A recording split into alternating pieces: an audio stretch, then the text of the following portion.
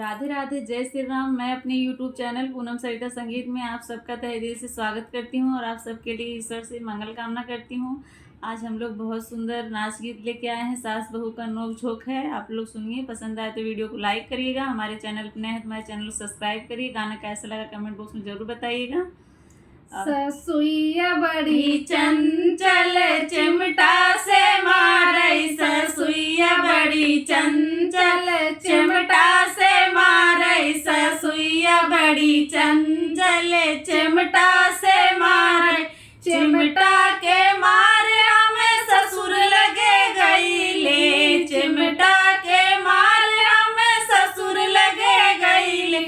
ससुर हर जोतवा पैना से मारई, ससुर हर जोतवा पैना से मारई। ससुइया बड़ी चंचल चिमटा से मारई, ससुइया बड़ी चंचल चिमटा से मारई।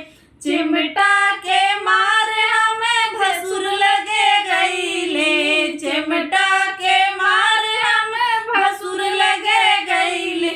भसुर थाने दरवा जलिया में डाले, भसुर थाने दरवा जलिया में डाले। ससुइया बड़ी चंचल चिमटा से मारई, ससुइया बड़ी चंचल चिमटा से मारई। चिमटा के मारे हमें देवर लगे गईले, चिमटा के मारे हमें देवर लगे गईले। देवर इश्क बजवा नैना से मारे, देवर इश्क बजवा नैना से मारे। ससुइया बड़ी चंचल चिमटा से मारई, ससुइया बड़ी चंचल चिमटा से मारई।